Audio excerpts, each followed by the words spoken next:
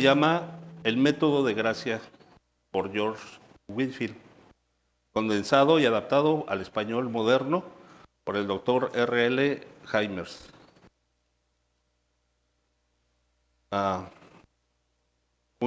Introducción, el hermano George, el pastor George Whitefield, nació en 1714, hace 2 siglos más o menos, más de 2 siglos, en, en una ciudad en Inglaterra.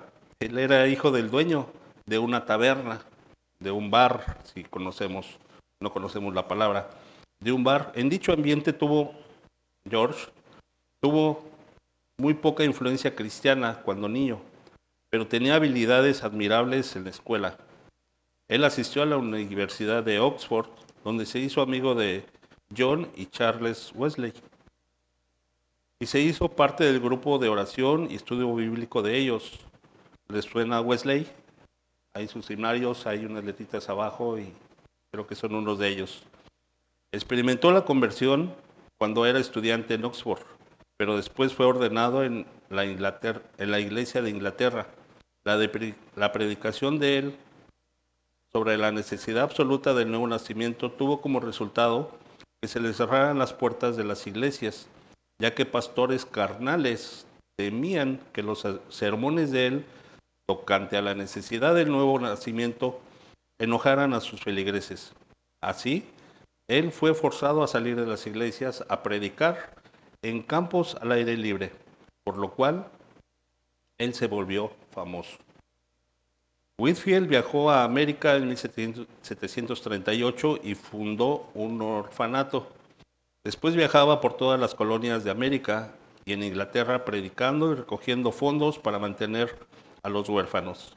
Él predicó en España, Holanda, Alemania, Francia, Inglaterra, Gales y en Escocia, e hizo 13 viajes atravesando el Atlántico para predicar en América.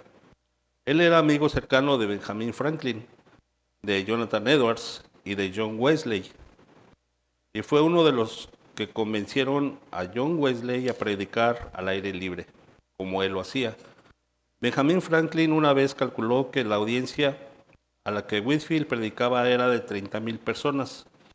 Estas reuniones al aire libre a menudo sobrepasaban audiencias de 25,000 personas. A veces nos cuesta aquí que me escuchen, ¿verdad? Con mi humilde voz. Imagínense la voz de este predicador. Él predicó a una multitud de 100,000 en una ocasión en Glasgow, Escocia, en una época cuando los micrófonos todavía no existían. 10,000 profesaron ser convertidos en aquella reunión. Muchos historiadores consideran que el más grande evangelista de habla inglesa de todos los tiempos, que era él, pese a que Billy Graham le han hablado, pese a que Billy Graham le haya hablado a más gente con la ayuda de micrófonos electrónicos, el impacto que Whitefield tuvo en la cultura fue indudablemente más grande. Whitefield era la figura prominente del primer gran despertamiento, el avivamiento intenso que formó el carácter de América a mediados del siglo XVIII. Cuando él predicó, las colonias de nuestra nación se encendieron en llamaradas de avivamiento. La cúspide de este avivamiento llegó en 1740 durante una gira de 6 semanas de Whitefield, que Whitefield hizo en Nueva Inglaterra. En solamente 45 días, él predicó más de 175 sermones a decenas de miles de personas, dejando a la región en un alzamiento espiritual, marcando uno de los periodos más destacados de la cristiandad americana. A la hora de su muerte, él ya había ganado la admiración y la atención del mundo de habla inglesa. Él fue instrumental en la fundación de las universidades de Princeton, Dartmouth y Pensilvania. Él falleció poco tiempo después de predicar en Newburyport, Massachusetts, en 1770, 6 años antes de la Revolución Americana. George Washington fue el padre de nuestro país, pero George Whitefield fue su abuelo.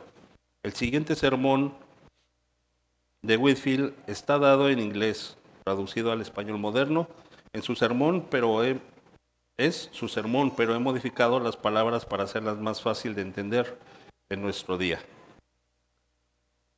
Y curan la herida de mi pueblo con liviandad diciendo paz, paz, y no hay paz. Jeremías 6:14. Aquí viene lo que es el sermón, hermanos. La bendición más grande que Dios le puede dar y enviar a una nación es predicadores buenos y fieles.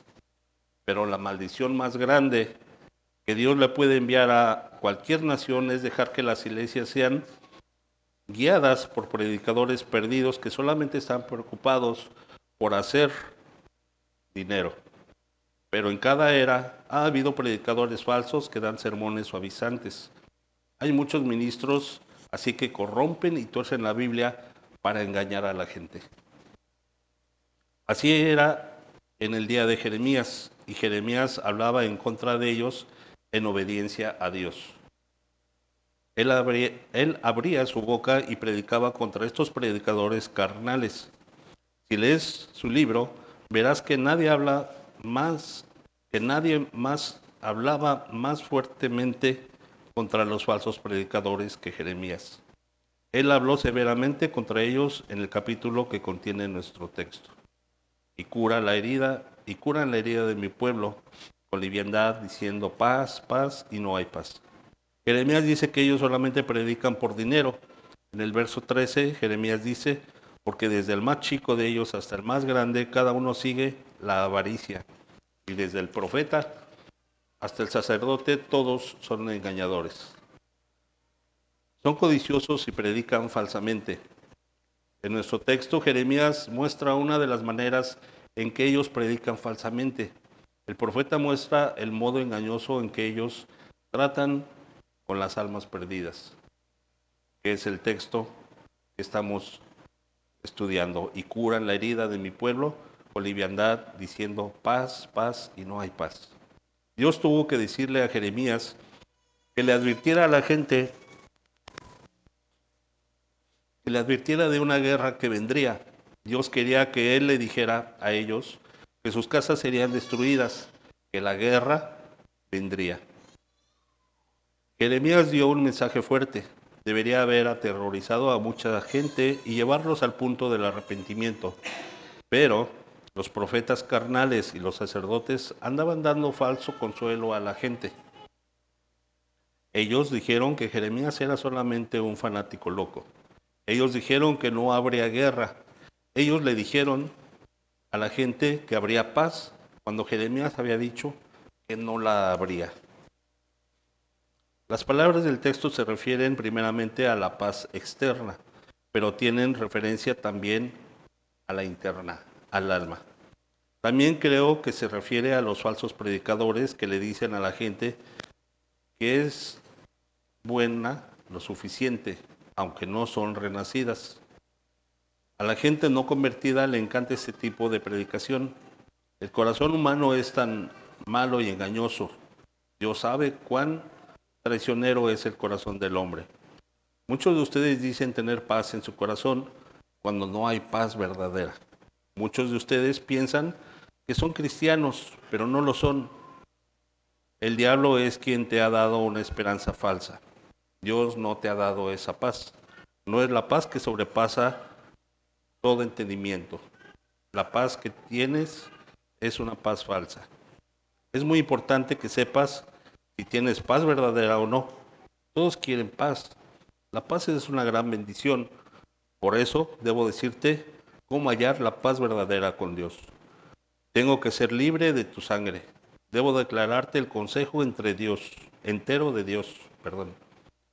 Por las palabras del texto trataré de mostrarte lo que te debe de suceder y lo que debe cambiar dentro de ti para que tengas la paz verdadera en tu corazón.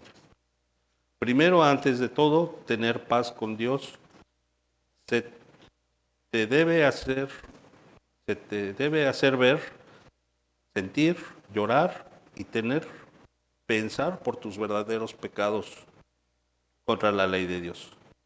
La Biblia dice, el alma que pecare, esa morirá. Ezequiel 18:4. Toda persona que no continúa en hacer todas las cosas escritas en la ley de Dios, está maldita. Tú no debes hacer solamente algunas cosas, sino que todas las cosas o serás maldito. Pues escrito está, maldito todo aquel que no permaneciera en todas las cosas escritas en el libro de la ley para hacerlas. Gálatas 3:10. Quebrantar cualquier ley de Dios, ya sea en pensamiento o palabra o acción, te hace merecedor del castigo entero, según la ley de Dios. Y si un solo mal pensamiento, si una mala palabra, si una acción mala merece la condenación eterna, ¿cómo puedes tú escapar del infierno? Antes de que puedas tener la paz verdadera con Dios, se te tiene que hacer ver cuán terrible cosa es cometer pecados contra la ley de Dios. Examina tu corazón y déjame preguntarte, ¿ha habido alguna vez cuando recordar tus pecados te era doloroso? ¿Ha habido alguna vez cuando el peso de tus pecados era insoportable? ¿Has visto alguna vez que la ira de Dios podría correctamente caer sobre ti por, por tus verdaderas transgresiones de sus leyes? ¿Has estado alguna vez interiormente entristecido por tus pecados? Podrías decir, mi pecado es demasiado pesado para tenerlo encima. ¿Has experimentado alguna vez algo así? Si no, no te llamas cristiano. Muchas preguntas, ¿verdad? Puedes decir que tienes paz, pero no hay paz verdadera para ti. Que el Señor te despierte, que el Señor te convierta. Segundo, antes de poder tener paz con Dios, la convicción debe ser más profunda y debes ser convencido de tu propia naturaleza pecaminosa, de la depravación total de tu alma. Tienes que estar convencido de tus pecados reales, tienes que temblar por ellos, pero la convicción debe ser más profunda que eso. Tienes que ser convencido de que realmente quebrantaste la ley de Dios. Más que eso, debes sentir tu propio pecado original, innato en tu corazón, el cual te mandará al infierno. Mucha gente que se piensa inteligente dice que no hay tal cosa del pecado original. Creen que Dios es injusto al enviarlos al infierno porque han heredado el pecado de Adán. Dicen que no han nacido en pecado. Dicen que no necesitas ser renacido. Pero mira al mundo a tu alrededor. ¿Es el paraíso que Dios le prometió a la humanidad? No. En el mundo todo está fuera de orden. Es porque hay algo malo con la raza humana. Es el pecado original que ha arruinado al mundo entero. No importa cuánto lo niegues, cuando seas despertado, verás que el pecado en tu vida viene de tu propio corazón depravado, un corazón envenenado por el pecado original. Cuando la persona no convertida es despertada al principio, empieza a preguntarse, ¿cómo me hice tan malo? El Espíritu de Dios entonces le muestra que no tiene nada bueno en su naturaleza. Entonces ve que es completamente pecaminoso. Entonces la persona finalmente llega a ver que Dios tendría razón en condenarlo. Ve que está tan envenenado y rebelde en su propia naturaleza que sería lo correcto que Dios lo condenara, aun si no hubiera cometido un pecado exterior en su vida entera. ¿Has experimentado esto alguna vez? ¿Sentiste esto alguna ocasión? ¿Que sería lo correcto y lo justo que Dios te condenara?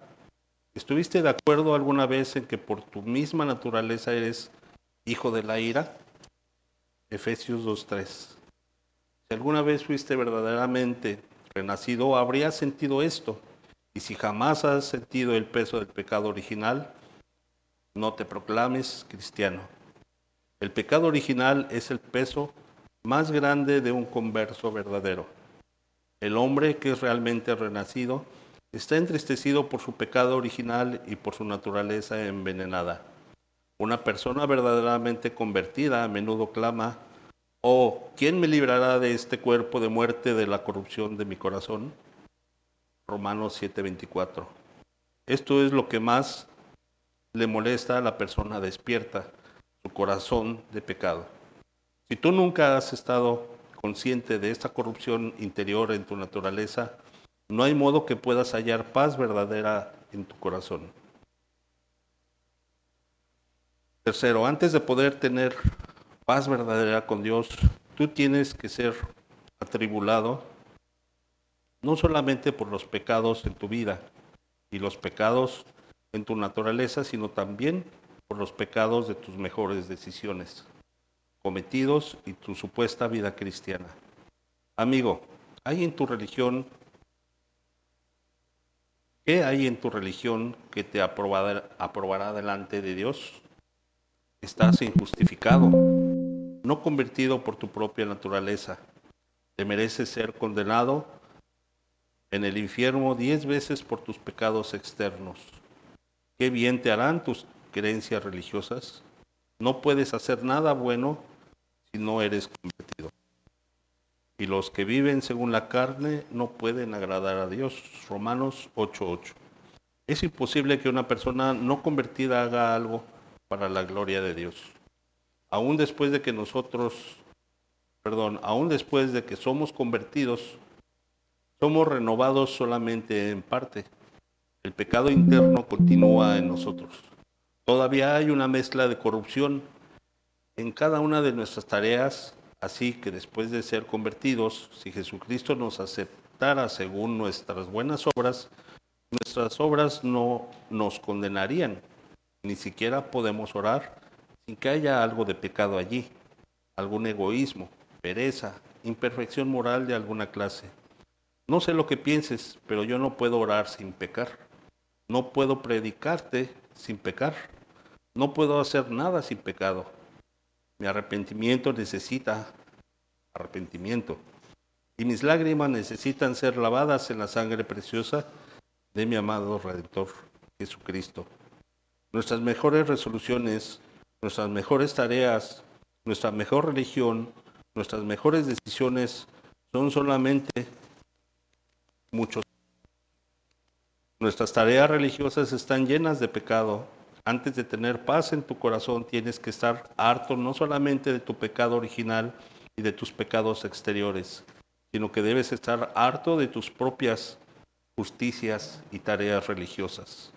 Tienes que haber, tiene que haber una convicción profunda antes de que puedas ser sacado de tu justicia propia. Y si nunca has sentido que no tienes justicia propia, no puedes ser salvo por Jesucristo. Todavía no eres convertido. Alguien puede decir, bueno, yo creo todo esto, pero hay una diferencia entre creer y sentir. ¿Alguna vez sentiste tu falta de Jesús? ¿Sentiste alguna vez tu necesidad por Jesús porque no tienes bondad propia? Y puedes decir ahora, Señor, ¿me puedes condenar por las mejores obras religiosas que yo haga? Si no has sido sacado de ti mismo de esa manera, no puede haber paz verdadera con Dios.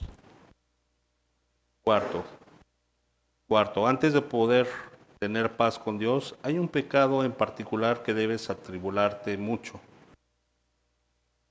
Pero me temo que pocos de ustedes pensarán en ello. Es el pecado que más condena en el mundo, mas el mundo no lo considera un pecado. Tú preguntas, ¿cuál es ese pecado? El pecado del cual la mayoría de ustedes no piensa en ser culpables, y es el pecado de la incredulidad. Antes de que puedas tener paz, tienes que ser atribulado por la incredulidad de tu corazón, que en realidad no crees en el Señor Jesucristo. Apelo a tu propio corazón. Me temo que no tienes más fe en Jesús que el diablo mismo. Creo que el diablo cree más de la Biblia que tú. Él cree en la divinidad de Jesucristo. Él cree y tiembla. Él tiembla más que miles que se llaman cristianos. ¿Tú piensas que crees porque crees la Biblia o porque asistes a la iglesia? Puedes hacer todo esto sin fe verdadera en Jesús, mientras meramente creer que hubo una persona, Jesús, no te hará ningún bien, como creer que hubo un César o un Alejandro Magno. La Biblia es la palabra de Dios. Le damos gracias a Dios por ella, pero tú la puedes creer sin confiar en el Señor Jesucristo. Si te preguntara hace, si te preguntara hace cuánto creíste en Jesucristo, muchos de ustedes dirían que siempre han creído en Él. ¿No podrías darme una prueba más grande de que todavía no has creído en Jesucristo? Aquellos que realmente creen en Jesús saben que hubo un tiempo cuando ellos no creían en Él. Debo hablar más de esto porque es un gran engaño. Muchos se dejan llevar de ello, pensando que ya han creído. Un hombre dijo que él había enlistado sus pecados bajo los 10 mandamientos. Y luego fue a un pastor y le preguntó por qué no podía tener paz. El ministro vio su lista y dijo, fuera, no veo ni una palabra del pecado de incredulidad en toda tu lista. Es la obra del Espíritu de Dios convencerte de tu incredulidad.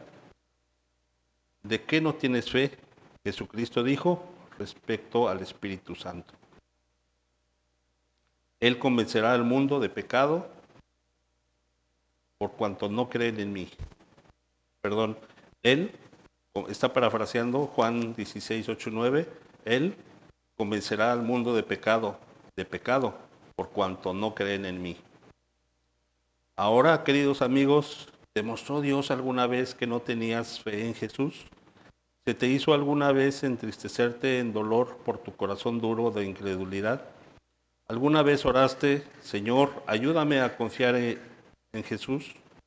¿Te convenció Dios alguna vez de tu inhabilidad de venir a Jesús y hacerte clamar en oración por fe en Jesús? Si no, no hallarás paz en tu corazón. Que Dios te despierte y te dé paz verdadera por fe en Jesús antes de que mueras y ya no tengas más oportunidad.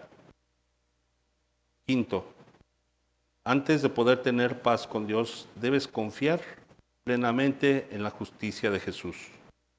No solamente tienes que ser convencido de tu pecado actual y del pecado original.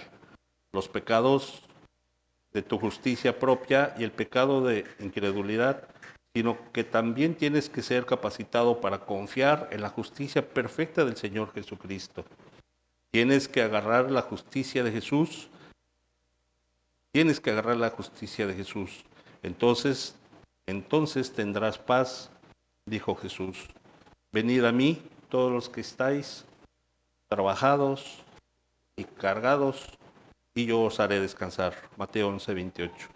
Este verso anima a todos los que están trabajados y cargados, pero a nadie más. Mas la promesa del descanso está hecha solamente a aquellos que vienen y creen en Jesucristo.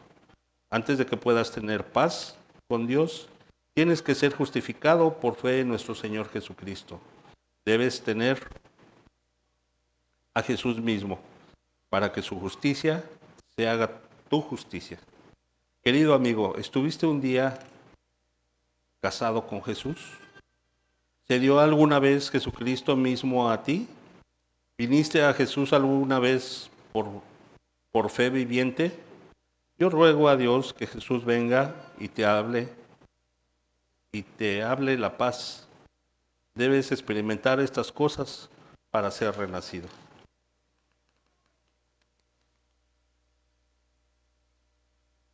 Ahora hablo de las realidades invisibles de otro mundo, de la cristiandad interior, de la obra de Dios y el corazón del pecador. Ahora hablo de cosas de gran importancia para ti. Debes tener interés por esto. Tu alma está interesada en esto. Tu salvación eterna depende de ello. Tú puedes sentir paz sin Jesús. El diablo te ha adormitado y te ha dado una seguridad falsa. Él tratará de mantenerte dormido hasta que te mande al infierno. Allí serás despertado, pero será un despertamiento terrible. Hallarte en las llamas donde ya es demasiado tarde para ser salvo. En el infierno toda la eternidad pedirás una gota de agua para refrescar tu lengua y no se te dará agua. Para terminar, que no halles, hermano, descanso para tu alma hasta que descanses en Jesucristo.